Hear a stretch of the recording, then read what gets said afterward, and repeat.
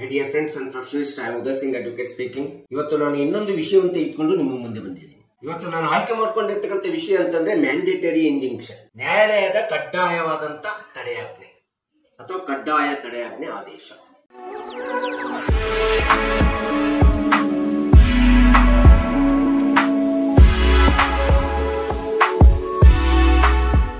ಈ ಇಂಜಂಕ್ಷನ್ ಎಂಬತಕ್ಕಂಥ ಪದ ಏನಿದೆಯಲ್ಲ, ಇದು ಮಾನ್ಯ ನ್ಯಾಯಾಲಯ ಮಾಡುವಂತ ಜಾರಿಗೊಳಿಸುವಂತ ಒಂದು ಆದೇಶವಾಗಿದೆ. ನ್ಯಾಯಾಲಯದಲ್ಲಿ ಸಿವಿಲ್ ದಾವೆಯನ್ನು ಹಾಕಿದಂತ ಸಂದರ್ಭದಲ್ಲಿ ಹಲವಾರು ವಿಧವಾಗಿರ್ತಕ್ಕಂಥ ಇಂಜಂಕ್ಷನ್ಸ್ ಗಳನ್ನ ನಾವು ಕೇಳ್ತೀವಿ. ಅದು ಪರ್ಪಿಚುವಲ್ ಇಂಜಂಕ್ಷನ್ ಇರ್ಬೋದು, ಟೆಂಪರರಿ ಇಂಜಂಕ್ಷನ್ ಇರ್ಬೋದು, ಪ್ರೊಹಿಬಿಟರಿ ಇಂಜಂಕ್ಷನ್ ಇರ್ಬೋದು, ಹಾಗೆ ಮ್ಯಾಂಡೇಟರಿ ಇಂಜಂಕ್ಷನ್ ಅಂತ ಹೇಳ್ತೀವಿ. ಸೊ ಮ್ಯಾಂಡೇಟರಿ ಇಂಜಂಕ್ಷನ್ ಎಂಬತಕ್ಕಂಥದ್ದು ಏನು, ಅದು ಹೇಗೆ ನ್ಯಾಯಾಲಯ ಆದೇಶವನ್ನ ಮಾಡ್ತದೆ ಈ ಇಂಜಂಕ್ಷನ್ ಬಗ್ಗೆ ಈ ಒಂದು ವಿಡಿಯೋ ಮೂಲಕ ಒಂದಿಷ್ಟು ನಾನು ತಿಳಿಸ್ಕೊಡ್ಲಿಕ್ಕೆ ಇಷ್ಟಪಡ್ತಾ ಇದ್ದೀನಿ. ಯಾವುದೇ ಒಂದು ಸ್ಪೆಸಿಫಿಕ್ ಆಗಿರ್ತಕ್ಕಂಥ ಕ್ರಿಯೆಯನ್ನ ನಡೆಯದಂತೆ ತಡೆ ಹಿಡಿಯತಕ್ಕಂಥದಕ್ಕೋಸ್ಕರ ಅಥವಾ ಯಾವುದೇ ಒಂದು ಅಹಿತಕರವಾದಂತ ಘಟನೆಯನ್ನ ನಡೆಯದೆ ತಡೆ ಹಿಡಿಯಲಿಕ್ಕೋಸ್ಕರ ಅಥವಾ ನಿಶ್ಚಿತ ಘಟನೆಯನ್ನ ತಡೆ ಹಿಡಿಯಲಿಕ್ಕೋಸ್ಕರ ಅದನ್ನ ವಾದಿಯಾಗ್ಲಿ ಅಥವಾ ಪ್ರತಿವಾದಿಯಾಗ್ಲಿ ಮಾಡದಂತೆ ನಿರ್ಬಂಧನ ಮಾಡಲಿಕ್ಕೆ ನಿರ್ಬಂಧಿಸಲಿಕ್ಕೆ ಇರತಕ್ಕಂತ ಕೋರ್ಟ್ ನೀಡುವಂತ ಒಂದು ಆಜ್ಞೆ ಆದೇಶವನ್ನ ನಾವು ಮ್ಯಾಂಡೇಟರಿ ಇಂಜಂಕ್ಷನ್ ಅಂತ ಹೇಳ್ತೀವಿ. ಅಥವಾ ಇದನ್ನ ಪ್ರೊಹಿಬಿಟರಿ ಇಂಜಂಕ್ಷನ್ ಅಂತ ಹೇಳಿ ನಾವು ಹೇಳಬೇಕಾಗುತ್ತೆ. ವಾದಿಯಾಗಲಿ ಪ್ರತಿವಾದಿಯಾಗಲಿ ಕಾನೂನು ಬಾಹಿರವಾದಂತ ಯಾವುದೇ ಕ್ರಿಯೆಯನ್ನ ನಡೆಸದಂತೆ ತಡೆ ಹಿಡಿಯಲಿಕ್ಕೋಸ್ಕರ ಮತ್ತು ಕಾನೂನುಬದ್ಧವಾದಂತ ಕ್ರಿಯೆಯನ್ನ ಜಾರಿಗೊಳಿಸಲಿಕ್ಕೋಸ್ಕರ ಮಾಡುವಂತ ಒಂದು ನ್ಯಾಯಾಲಯದ ಆಜ್ಞೆ ಆದೇಶವನ್ನು ನಾವು ಮ್ಯಾಂಡೇಟರಿ ಇಂಜಂಕ್ಷನ್ ಅಂತೇಳಿ ನಾವು ಕರಿತೀವಿ. ಹೀಗೆ ಪ್ರೊಹಿಬಿಟರಿ ಇಂಜಂಕ್ಷನ್ ಇರ್ಬೋದು ಅಥವಾ ಮ್ಯಾಂಡೇಟರಿ ಇಂಜಂಕ್ಷನ್ ಇರ್ಬೋದು, ಈ ಎರಡು ಇಂಜಂಕ್ಷನ್ಗಳು ವಾದಿಗಾಗಲಿ ಮತ್ತು ಪ್ರತಿವಾದಿಗಾಗಲಿ ಸರಿಪಡಿಸಲಾಗದೇ ಇರತಕ್ಕಂಥ ಡ್ಯಾಮೇಜಸ್ ಅಥವಾ ಲಾಸ್ ಅನ್ನ ತಡೆ ಹಿಡಿಯಲಿಕ್ಕೆ ಮತ್ತು ಸಮಾನಾಂತರವಾದಂತ ಈಕ್ವಿಟೇಬಲ್ ರಿಲೀಫ್ ಅನ್ನು ಸಮಾನಾಂತರವಾದಂತ ಪರಿಹಾರವನ್ನು ಕೊಡುವಂತ ಒಂದು ನ್ಯಾಯಾಲಯದ ಆಜ್ಞೆಯ ಆದೇಶದ ಇಂಜಂಕ್ಷನ್ ಅನ್ನು ನಾವು ಮ್ಯಾಂಡೇಟರಿ ಇಂಜಂಕ್ಷನ್ ಅಂತ ಹೇಳಬೇಕಾಗುತ್ತೆ. ಇಲ್ಲಿ ಈಕ್ವಿಟೇಬಲ್ ರಿಲೀಫ್ ಅಂತಂದ್ರೆ ಅದು ವಾದಿಗಾಗ್ಲಿ ಪ್ರತಿವಾದಿಗಾಗ್ಲಿ. ಉದಾಹರಣೆಗೆ ಮ್ಯಾಂಡೇಟರಿ ಇಂಜಂಕ್ಷನ್ ಯಾವ ಸಂದರ್ಭದಲ್ಲಿ ನ್ಯಾಯಾಲಯ ಹೊರಡಿಸ್ತದೆ ಅನ್ನಲಿಕ್ಕೆ ಉದಾಹರಣೆಗೆ ಹೇಳ್ಬೇಕಂತಂದ್ರೆ, ಯಾವುದೋ ಒಂದು ಬೇರೆಯವರ ಸೈಟ್ ಅನ್ನ ಎನ್ಕ್ರೋಚ್ಮೆಂಟ್ ಮಾಡಿಬಿಟ್ಟು ಅಥವಾ ಬೇರೆಯವರ ಭೂಮಿಯನ್ನು ಎನ್ಕ್ರೋಚ್ಮೆಂಟ್ ಮಾಡಿಬಿಟ್ಟು ನೀವು ಬಿಲ್ಡಿಂಗ್ ಅನ್ನ ಕನ್ಸ್ಟ್ರಕ್ಷನ್ ಮಾಡಿಬಿಟ್ಟಿರ್ತೀರಿ ಕಾನೂನು ಬಾಹಿರವಾಗಿ ಅಥವಾ ರಾಂಗ್ ಆಗಿ ಕನ್ಸ್ಟ್ರಕ್ಷನ್ ಮಾಡಿಬಿಟ್ಟಿರ್ತೀರಿ. ಸೊ ಈ ರೀತಿ ಮಾಡಿದಂತ ಸಂದರ್ಭದಲ್ಲಿ ಆ ಒಂದು ಭೂಮಿಯ ಜಾಗದ ವ್ಯಕ್ತಿ ವಾದಿಯಾಗಿ ಕೋರ್ಟಿಗೆ ಬಂದು ಮ್ಯಾಂಡೇಟರಿ ಇಂಜಂಕ್ಷನ್ ಕೇಳ್ತಾನೆ. ನನ್ನ ಜಾಗವನ್ನ ಎನ್ಕ್ರೋಚ್ಮೆಂಟ್ ಮಾಡ್ಕೊಂಡ್ಬಿಟ್ಟು ನನ್ನ ಜಾಗದ ಒಳಗಡೆ ಇವರು ಬಿಲ್ಡಿಂಗ್ ಅನ್ನು ಕನ್ಸ್ಟ್ರಕ್ಷನ್ ಮಾಡಿದ್ದಾರೆ, ಅದಕ್ಕೆ ಅದು ನನ್ನ ಜಾಗ, ಡಿಕ್ಲರೇಷನ್ ಅಂಡ್ ಮ್ಯಾಂಡೇಟರಿ ಇಂಜಂಕ್ಷನ್ ಅನ್ನ ದಾವೆಯನ್ನು ಹಾಕ್ತಾನೆ.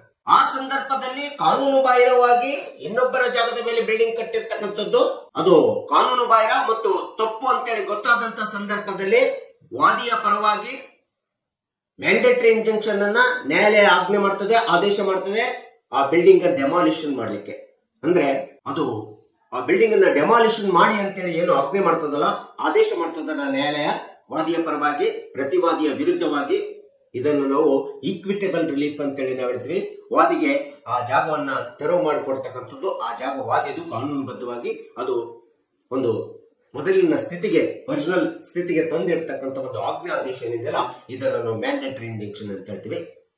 ಡೆಮಾಲಿಷಿಂಗ್ ಬಿಲ್ಡಿಂಗ್ ಮಾಡ್ಲಿಕ್ಕೆ ಆದೇಶ ಮಾಡ್ತಕ್ಕಂಥ. ಅಥವಾ ಇನ್ನೊಂದು ಉದಾಹರಣೆ ಕೊಡ್ಬೇಕಂತಂದ್ರೆ, ಒಬ್ಬ ಗವರ್ಮೆಂಟ್ ಎಂಪ್ಲಾಯಿಗೆ ಯಾವುದೇ ವಿಧವಾದಂತ ಯಾವುದೇ ನೋಟಿಸ್ ಅನ್ನು ಕೊಡದೆ, ಯಾವುದೇ ಕಾರಣಗಳಿಲ್ಲದೆ ಕಾನೂನು ಬಾಹಿರವಾಗಿ ಒಬ್ಬ ಸರ್ಕಾರಿ ನೌಕರದಾರನನ್ನ ಸರ್ಕಾರದಿಂದ ನೌಕರಿಯಿಂದ ತೆಗೆದಾಕತಕ್ಕಂಥದ್ದು ಅಥವಾ ಅವನ ಪ್ರಮೋಷನ್ ಅನ್ನ ಕೊಡದೆ ಅವನಿಗೆ ಡಿಮೋಷನ್ ಮಾಡತಕ್ಕಂಥದ್ದಿರ್ಬೋದು. ಈ ರೀತಿ ಸರ್ಕಾರ ಇರ್ಬೋದು ಅಥವಾ ಸಂಬಂಧಪಟ್ಟಂತ ಇಲಾಖಾ ಅಧಿಕಾರಿ ಕಾನೂನು ಬಾಹಿರವಾಗಿ ಒಬ್ಬ ಸರ್ಕಾರಿ ನೌಕರನನ್ನ ಡಿಮೋಷನ್ ಮಾಡತಕ್ಕಂಥದ್ದು ಅಥವಾ ನೌಕರಿಯಿಂದ ತೆಗೆದಾಕತಕ್ಕಂಥದ್ದು ಏನಿದೆಯಲ್ಲ, ಆ ರೀತಿ ತೆಗೆದಾಕಿದಂತ ಸಂದರ್ಭದಲ್ಲಿ, ಡಿಮೋಷನ್ ಮಾಡಿದಂತ ಸಂದರ್ಭದಲ್ಲಿ ಅಂತ ಒಬ್ಬ ಎಂಪ್ಲಾಯಿ ನ್ಯಾಯಾಲಯಕ್ಕೆ ಹೋದಾಗ ನ್ಯಾಯಾಲಯ ಮ್ಯಾಂಡೇಟರಿ ಇಂಜಂಕ್ಷನ್ ಅನ್ನು ಆರ್ಡರ್ ಮಾಡ್ತದೆ, ಮ್ಯಾಂಡೇಟರಿ ಇಂಜಂಕ್ಷನ್ ಕೊಡ್ತದೆ, ಮ್ಯಾಂಡೇಟರಿ ಆರ್ಡರ್ ಮಾಡ್ತದೆ. ಅದು ಏನಂದ್ರೆ ಆ ಸರ್ಕಾರಿ ನೌಕರನ್ನ ರೀಇನ್ಸ್ಟೇಟ್ ಮಾಡಿ ಎಂಬತಕ್ಕಂತ ಕಡ್ಡಾಯ ಪುನರ್ ನೇಮಕವನ್ನು ಮಾಡ್ಕೊಳ್ರಿ ಅಂತೇಳಿ ಕಡ್ಡಾಯವಾದಂತ ಒಂದು ತಡೆಯಾಜ್ಞೆಯನ್ನ ಇಂಜಂಕ್ಷನ್ ಅನ್ನು ಮಾಡ್ತಕ್ಕಂಥದ್ದಲ್ಲ ಇದನ್ನ ಮ್ಯಾಂಡೇಟರಿ ಇಂಜಂಕ್ಷನ್ ಅಂತ ಹೇಳ್ತೀವಿ. The specific relief act 1963 section 39 ಸ್ಪಷ್ಟವಾಗಿ ಮ್ಯಾಂಡೇಟರಿ ಇಂಜಂಕ್ಷನ್ ಬಗ್ಗೆ ನಮಗೆ ವಿಶ್ಲೇಷಣೆ ಕೊಡ್ತದೆ. ಕಾನೂನು ಬಾಹಿರವಾಗಿರ್ತಕ್ಕಂಥ ಪ್ರಕ್ರಿಯೆಗಳನ್ನ ಘಟನೆಗಳನ್ನ ನಡೆಯದಂತ ತಡೆಯತಕ್ಕಂಥದ್ದು, ಕಾನೂನುಬದ್ಧವಾದಂತ ಪ್ರಕ್ರಿಯೆಗಳನ್ನ ಜಾರಿಗೊಳಿಸತಕ್ಕಂಥದ್ದು ಮತ್ತು ಕಾನೂನುಬದ್ಧವಾಗಿ ಮಾಡುವಂತ ಕರ್ತವ್ಯವನ್ನ ನೀವು ನಿರ್ವಹಣೆ ಮಾಡಿ ಅಂತೇಳಿ ಹೇಳತಕ್ಕಂತ ನ್ಯಾಯಾಲಯದ ಆಜ್ಞೆ ಆದೇಶವನ್ನ ನಾವು ಸಹಜವಾಗಿ ಮ್ಯಾಂಡೇಟರಿ ಇಂಜಂಕ್ಷನ್ ಅಂತೇಳಿ ಹೇಳ್ತಕ್ಕಂಥದ್ದು ನಾವು ನೋಡ್ತೇವೆ. ಇಂಥ ಒಂದು ಮ್ಯಾಂಡೇಟರಿ ಇಂಜಂಕ್ಷನ್ ಅನ್ನ ಸಿವಿಲ್ ದಾವೆ ಒಳಗಡೆ ಆಗ್ಲಿ, ಯಾವ ಸಂದರ್ಭಗಳಲ್ಲಿ ಯಾವ ನಿಬಂಧನೆಗಳ ಮೇಲೆ ಯಾವ ಕಂಡೀಷನ್ಸ್ ಗಳ ಮೇಲೆ ಮ್ಯಾಂಡೇಟರಿ ಇಂಜಂಕ್ಷನ್ ಅನ್ನ ನ್ಯಾಯಾಲಯ ಗ್ರಾಂಟ್ ಮಾಡ್ತದೆ ಅಂತೇಳಿ ನಾವು ನೋಡ್ತಾ ಹೋದ್ರೆ, ಮೊಟ್ಟ ಮೊದಲನೇದಾಗಿ ನ್ಯಾಯಾಲಯ ಮ್ಯಾಂಡೇಟರಿ ಇಂಜಂಕ್ಷನ್ ಗ್ರಾಂಟ್ ಮಾಡಬೇಕಾದ್ರೆ ತುಂಬಾ ಕಾಷನ್ ವಹಿಸ್ತದೆ, ಎಚ್ಚರಿಕೆಯನ್ನು ವಹಿಸ್ತದೆ ಮತ್ತು ತುಂಬಾ ವಿಶೇಷವಾದಂತ ಅಧಿಕಾರವನ್ನ ಚಲಾಯಿಸಬೇಕಾಗುತ್ತೆ. ಮ್ಯಾಂಡೇಟರಿ ಇಂಜಂಕ್ಷನ್ ಅನ್ನ ಆರ್ಡರ್ ಮಾಡಬೇಕಾದ್ರೆ ಅಥವಾ ಗ್ರಾಂಟ್ ಮಾಡಬೇಕಾದ್ರೆ ಇದು ಅತಿ ಪ್ರಮುಖವಾದಂತ ನಿಬಂಧನೆ. ಹಾಗೆ ಮ್ಯಾಂಡೇಟರಿ ಇಂಜಂಕ್ಷನ್ ಗ್ರಾಂಟ್ ಮಾಡಬೇಕಾದ್ರೆ ವಾದಿಯು ಪ್ರತಿವಾದಿಯ ವಿರುದ್ಧ ಕಾನೂನುಬದ್ಧವಾದಂತ ನನ್ನ ಹಕ್ಕು ಇದೆ ಎಂಬತಕ್ಕಂಥದ್ದನ್ನ ತನ್ನ ದಾವೆ ಒಳಗಡೆ ಪ್ರತಿಪಾದನೆ ಮಾಡಬೇಕಾಗುತ್ತೆ ಮತ್ತು ನನ್ನ ಹಕ್ಕನ್ನ ಕರ್ತವ್ಯ ಅಂತೇಳಿ ನಿರ್ವಹಿಸತಕ್ಕಂಥದ್ದು ಪ್ರತಿವಾದಿಯ ಕರ್ತವ್ಯ ಆಗಿದೆ ಎಂಬತಕ್ಕಂಥದ್ದನ್ನ ಪ್ರತಿಪಾದನೆ ಮಾಡಬೇಕಾಗುತ್ತೆ ದಾವೆ ಒಳಗಡೆ. ಇದು ಎರಡನೇ ಅತಿ ಪ್ರಮುಖವಾದಂತ ಕಂಡೀಷನ್ ಮ್ಯಾಂಡೇಟರಿ ಇಂಜಂಕ್ಷನ್ ಸ್ಯಾಂಕ್ಷನ್ ಮಾಡಬೇಕಾದ್ರೆ ಮಾನ್ಯ ನ್ಯಾಯಾಲಯ. ಮತ್ತು ಪ್ರತಿವಾದಿಯಿಂದ ವಾದಿಯ ಕರ್ತವ್ಯ ಉಲ್ಲಂಘನೆ ಆಗದೆ ಎಂಬತಕ್ಕಂಥದ್ದನ್ನ ವಾದಿಯಾದಂತವರು ತಮ್ಮ ಹಕ್ಕನ್ನ ಪ್ರತಿಪಾದನೆ ಮಾಡಿ ತೋರಿಸಬೇಕಾಗುತ್ತೆ. ಇದು ಅತಿ ಪ್ರಮುಖವಾದಂತ ಅಂಶ ಆಗಿದೆ. ಉದಾಹರಣೆಗೆ ಹೇಳ್ಬೇಕಂದ್ರೆ ಒಬ್ಬ ವ್ಯಕ್ತಿ ಇನ್ನೊಬ್ಬರ ಜಾಗವನ್ನು ಎನ್ಕ್ರೋಚ್ಮೆಂಟ್ ಮಾಡ್ಕೊಳ್ತಾನೆ. ಆ ಎನ್ಕ್ರೋಚ್ಮೆಂಟ್ ಮಾಡ್ಕೊಂಡಂತ ಸಂದರ್ಭದಲ್ಲಿ ಆ ಜಾಗದ ಮಾಲೀಕ ಎನ್ಕ್ರೋಚ್ಮೆಂಟ್ ಮಾಡ್ಕೊಂಡಿರ್ತಕ್ಕಂಥ ಪ್ರತಿವಾದಿಗೆ ಲೀಗಲ್ ನೋಟಿಸ್ ಅನ್ನು ಕಳಿಸಬೇಕಾಗುತ್ತೆ. ಆ ಲೀಗಲ್ ನೋಟಿಸ್ ಕಳಿಸ್ತಕ್ಕಂಥದ್ದು ವಾದಿಯ ಒಂದು ಅತಿ ಪ್ರಮುಖವಾದಂತ ಹಕ್ಕಾಗಿರ್ತದೆ. ಮ್ಯಾಂಡೇಟರಿ ಇಂಜಂಕ್ಷನ್ ಎಂಬತಕ್ಕಂಥದ್ದು ವಾದಿಗಳಿಂದಾಗ್ಲಿ ಅಥವಾ ಪ್ರತಿವಾದಿಗಳಿಂದಾಗ್ಲಿ ಕಾನೂನುಬದ್ಧ ಹಕ್ಕುಗಳ ಉಲ್ಲಂಘನೆ ಆದಂತ ಸಂದರ್ಭದಲ್ಲಿ ಈ ಒಂದು ಇಂಜಂಕ್ಷನ್ ಮೂಲಕ restoration of the status quo order ಅನ್ನ ಕೊಡ್ತದೆ ಮ್ಯಾಂಡೇಟರಿ ಇಂಜಂಕ್ಷನ್. ಈ ಸ್ಟೇಟಸ್ ಕೋ ಆರ್ಡರ್ ಎಂಬತಕ್ಕಂಥ ವಾದಿ ಮತ್ತು ಪ್ರತಿವಾದಿಗೆ ಈಕ್ವಿಟಬಲ್ ರಿಲೀಫ್ ಆಗಿರ್ತದೆ. ಯಥಾಸ್ಥಿತಿ ಇರಬೇಕಂತೇಳಿ ನಿಮ್ಮ ವ್ಯಾಜ್ಯ ದಾವೆ ಯಥಾಸ್ಥಿತಿಯಾಗಿ ಇರ್ತದೆ. ನಿಮ್ಮ ಜಗಳ ಆಸ್ತಿಯ ಒಂದು ವ್ಯಾಜ್ಯ ಯಥಾಸ್ಥಿತಿ ಇರಲಿ, ಈ ಮುಕದ್ದಮೆ ಫೈನಲ್ ಆಗೋವರೆಗೂ ಎಂಬತಕ್ಕಂಥ ಒಂದು restoration of status quo order ಸಹ ಕೊಡ್ತಕ್ಕಂಥದ್ದು ಸಹ ಒಂದು ನ್ಯಾಯಾಲಯದ ಮ್ಯಾಂಡೇಟರಿ ಇಂಜಂಕ್ಷನ್ ಆಗ್ತದೆ. ಇದು ಒಂದು ಕಂಡೀಷನ್ ಆಗಿದೆ. ಇನ್ನು ವಾದಿಯಾದಂತವರು ಮ್ಯಾಂಡೇಟರಿ ಇಂಜಂಕ್ಷನ್ ಅನ್ನ ಪಡ್ಕೋಬೇಕಾದ್ರೆ ಇರ್ರಿಪೇರಬಲ್ ಲಾಸ್ ಡ್ಯಾಮೇಜ್ ಆಗಿದೆ ಎಂಬತಕ್ಕಂಥದ್ದನ್ನ ತಮ್ಮ ದಾವೆಯೊಳಗಡೆ ವಾದಿಯಾದಂತವರು ಪ್ರೂವ್ ಮಾಡಬೇಕಾಗುತ್ತೆ, ಪ್ರೂವ್ ಮಾಡಿ ತೋರಿಸಬೇಕಾಗುತ್ತೆ. ಇದು ಒಂದು ಅತಿ ಪ್ರಮುಖವಾದಂತ ಕಂಡೀಷನ್ ಆಗಿದೆ. ಮತ್ತು ವಾದಿಯ ದಾವೆ ಮೇಲ್ನೋಟಕ್ಕೆ ಅರ್ಜಿಯನ್ನು ಅಪ್ಲಿಕೇಶನ್ ನೋಡಿದ ತಕ್ಷಣ, ದಾವೆಯ ಅರ್ಜಿಯನ್ನು ಅಪ್ಲಿಕೇಶನ್ ನೋಡಿದ ತಕ್ಷಣ ಪ್ರೈಮಾ ಫೇಸಿಯ ಅಪ್ಲಿಕೇಬಲ್ ಆಗಬೇಕಾಗುತ್ತೆ. ಇದು ಒಂದು ಅತಿ ಪ್ರಮುಖವಾದಂತ ಕಂಡೀಷನ್ ಆಗಿದೆ ಮ್ಯಾಂಡೇಟರಿ ಇಂಜಂಕ್ಷನ್ ಸ್ಯಾಂಕ್ಷನ್ ಮಾಡಲಿಕ್ಕೆ. ಪ್ರೈಮಾ ಫೇಸಿಯ ಜೊತೆಗೆ ಬ್ಯಾಲೆನ್ಸ್ ಆಫ್ ಕನ್ವೀನಿಯನ್ಸ್ ಇರಬೇಕಾಗುತ್ತೆ ವಾದಿದು. ಇದು ಒಂದು ಪ್ರಮುಖವಾದಂತ ಅಂಶವಾಗಿದೆ. But mandatory injunction sanctioning mandatory injunction it is not absolute right, but it is a subject to be discretionary power of the court ಅಂತೇಳಿ ನಾವು ಹೇಳಬೇಕಾಗುತ್ತೆ.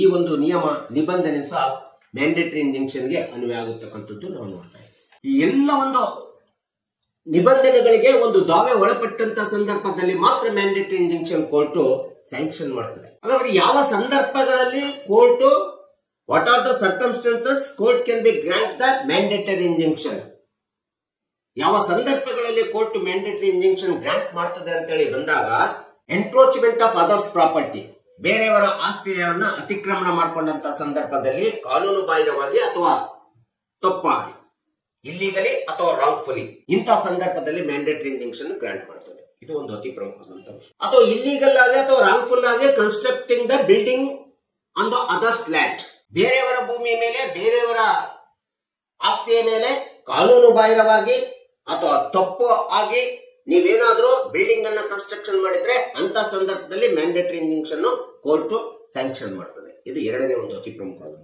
ಇನ್ನು ಬ್ರೀಚ್ ಆಫ್ ಕಾಂಟ್ರಾಕ್ಟ್, ಯಾವುದೇ ಒಪ್ಪಂದವನ್ನ ಒಡಂಬಡಿಕೆಯನ್ನ ಅಗ್ರಿಮೆಂಟ್ ಅನ್ನ ಒಪ್ಪಂದವನ್ನ ಒಡಂಬಡಿಕೆಯನ್ನ ಮಾಡಿಕೊಂಡು ಆ ಒಂದು ಒಪ್ಪಂದ ಅಥವಾ ಒಡಂಬಡಿಕೆಯನ್ನು ಉಲ್ಲಂಘನೆ ಮಾಡಿದಂತ ಸಂದರ್ಭದೊಳಗಡೆ ಮ್ಯಾಂಡೇಟರಿ ಇಂಜಂಕ್ಷನ್ ಅನ್ನ ಕೋರ್ಟ್ ಗ್ರಾಂಟ್ ಮಾಡ್ತದೆ. ಇನ್ನು dismissal of the government employee, ಸರ್ಕಾರಿ ನೌಕರರನ್ನ ಯಾವುದೇ ಒಂದು ವಿಚಾರಣೆ ಕೈಗೊಳ್ಳದೆ, ನೋಟಿಸ್ ಕೊಡದೆ, ಅವರಿಗೆ ಅವರ ಅಭಿಪ್ರಾಯ ಏನು ತಪ್ಪು ಮಾಡಿದ್ದಾರೆ ಎಂಬತಕ್ಕಂಥದ್ದನ್ನು ತಿಳ್ಕೊಳ್ಳಾರ್ದೆ ಏಕಾಏಕಿಯಾಗಿ ಕಾನೂನು ಬಾಹಿರವಾಗಿ ಸರ್ಕಾರಿ ನೌಕರರನ್ನ ಸರ್ಕಾರದ ನೌಕರಿಂದ ಡಿಸ್ಮಿಸ್ ಮಾಡ್ತಾರಲ್ಲ ಅಥವಾ ಡಿಮೋಷನ್ ಮಾಡ್ತಾರಲ್ಲ, ಈ ರೀತಿ ಡಿಸ್ಮಿಸ್ ಅಥವಾ ಡಿಮೋಷನ್ ಮಾಡಿದಂತ ಸಂದರ್ಭದಲ್ಲಿ ರೀಇನ್ಸ್ಟೇಟ್ ಮಾಡ್ಲಿಕ್ಕೆ ಆದೇಶ ಮಾಡತಕ್ಕಂಥದ್ದು ಸಹ ಒಂದು ಮ್ಯಾಂಡೇಟರಿ ಇಂಜಂಕ್ಷನ್ ಆಗುತ್ತೆ. ಪುನರ್ ನೇಮಕ ಮಾಡ್ಕೊಳ್ಳಿಕ್ಕೆ ಅಥವಾ ಪುನರ್ ಪದೋನ್ನತಿ ಅವರಿಗೆ ಮತ್ತೆ ಪ್ರಮೋಷನ್ ಕೊಡಿ ಅಂತ ಹೇಳಿ ಹೇಳ್ತಕ್ಕಂಥ ಏನಿದೆಯಲ್ಲ, it is N mandatory injunction ಅಂತ ಹೇಳಿ ನಾವು ಹೇಳಬೇಕು. ಇಂಥ ಸಂದರ್ಭದಲ್ಲೂ ಸಹ ಒಂದು ನ್ಯಾಯಾಲಯ ಇಂಜಂಕ್ಷನ್ ಅನ್ನು ಗ್ರಾಂಟ್ ಮಾಡ್ತಾರೆ. ಅಂದ್ರೆ ಯಾವ ಸಂದರ್ಭಗಳಲ್ಲಿ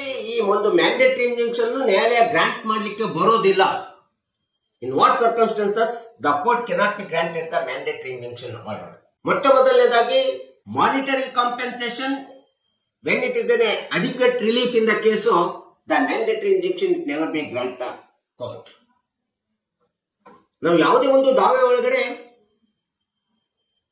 ಕಾಂಪೆನ್ಸೇಷನ್, ಹಣಕಾಸಿನ ಆರ್ಥಿಕ ಕಾಂಪೆನ್ಸೇಷನ್ ರಿಲೀಫ್ ಪರಿಹಾರವನ್ನು ಕೇಳುವಂತ ಸಂದರ್ಭದಲ್ಲಿ ಮ್ಯಾಂಡೇಟರಿ ಇಂಜಂಕ್ಷನ್ ಕೊಡುವುದಿಲ್ಲ. ಇದು ಒಂದು ಅತಿ ಪ್ರಮುಖವಾದಂತ ಅಂಶ.